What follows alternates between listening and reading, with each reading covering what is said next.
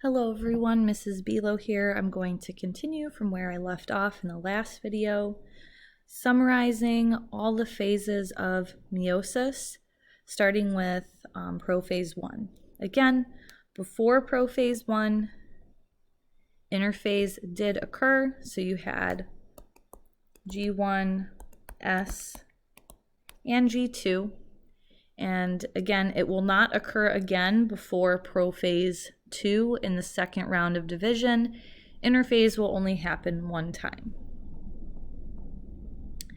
Now we're going to enter the first round of division, and we have prophase 1. This is where all of those special events take place. So synapsis will occur, which is the process of homologous chromosomes pairing up to form a tetrad. So this right here, this would be your tetrad. Crossing over occurs, so the swapping of genes, and this occurs at the chiasma. The chiasma is the point at which crossing over takes place. And if you have multiple places where crossing over is taking place, that is called, chiasmata, which is plural for chiasma. The nuclear membrane disappears. So you can kind of see that. Again, usually we would represent that with a dashed line. And then you can also see the spindle fibers are starting to form. Spindles are labeled here, spindle fibers. And again, those are made by these guys, which are called the centriomes, or centrioles. And that is prophase 1. Now we will enter metaphase 1. So again, this right here, this would be your tetrad. So the centrosomes, which are these guys right here, or also called centrioles, move towards opposite poles or ends of the cell. The spindle fibers, which these are the spindle fibers, right? They are going to attach. So this is right here. This is a spindle fiber. And again, that is going to attach to the centromere. And the spindle fibers are what help to move things around. And again, specifically, they are moving the tetrad, which is that pair of homologous chromosomes, to the middle of the cell. And that area where they are lining up is called the metaphase plate.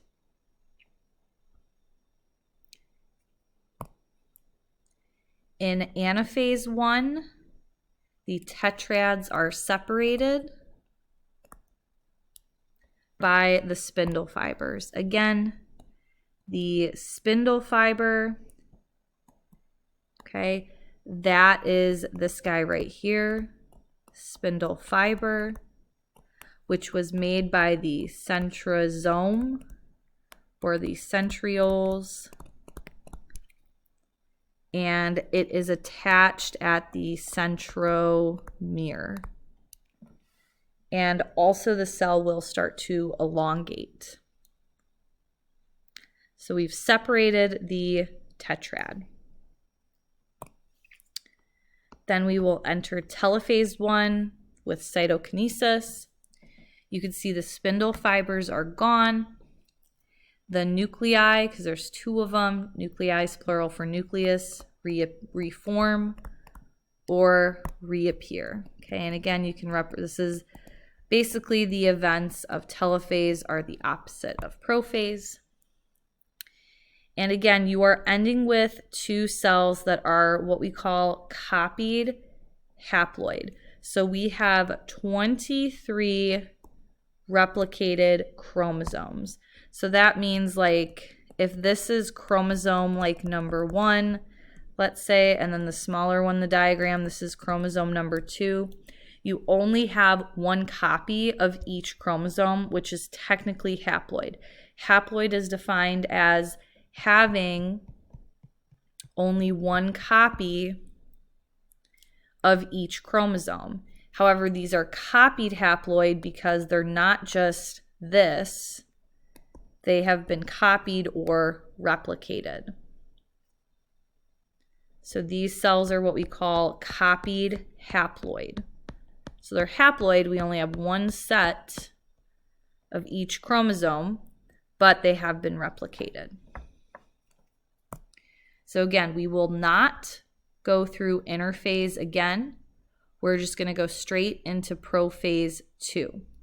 So it's pretty much the same thing as prophase 1, but no tetrads or crossing over. So there's no tetrads forming. Crossing over does not occur. Crossing over only occurs in prophase 1. The nuclear membrane, or the nucleus, and the nucleolus will start to disappear. Spindle fibers, we'll start to see those form here between the centrosomes or the centrioles. And again, those are these guys right here.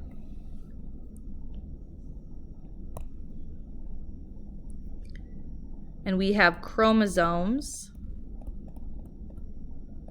present. We wouldn't say tetrads, we would just refer to this as a chromosome. Technically, it's a replicated chromosome. So metaphase 2, again, is like a repeat of metaphase 1 minus the lining up of tetrads. Now the chromosomes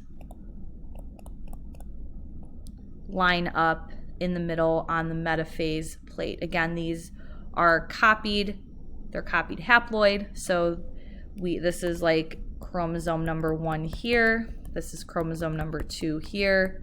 Chromosome number 1, chromosome number 2, and they are replicated. And so now we are going to split them down the middle. So again, anaphase 2 is like a repeat of anaphase 1 minus the separation of tetrads. We're going to pull apart the chromosomes. Again, the spindle fibers are attaching to the centromere.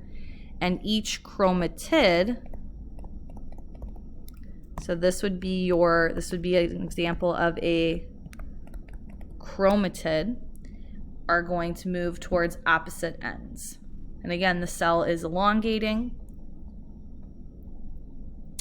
So we are going to, again, telophase 2 with cytokinesis is a repeat, except you do have your nuclei reforming, but note that you have 4 nuclei now because we are going to be ending with 4 cells.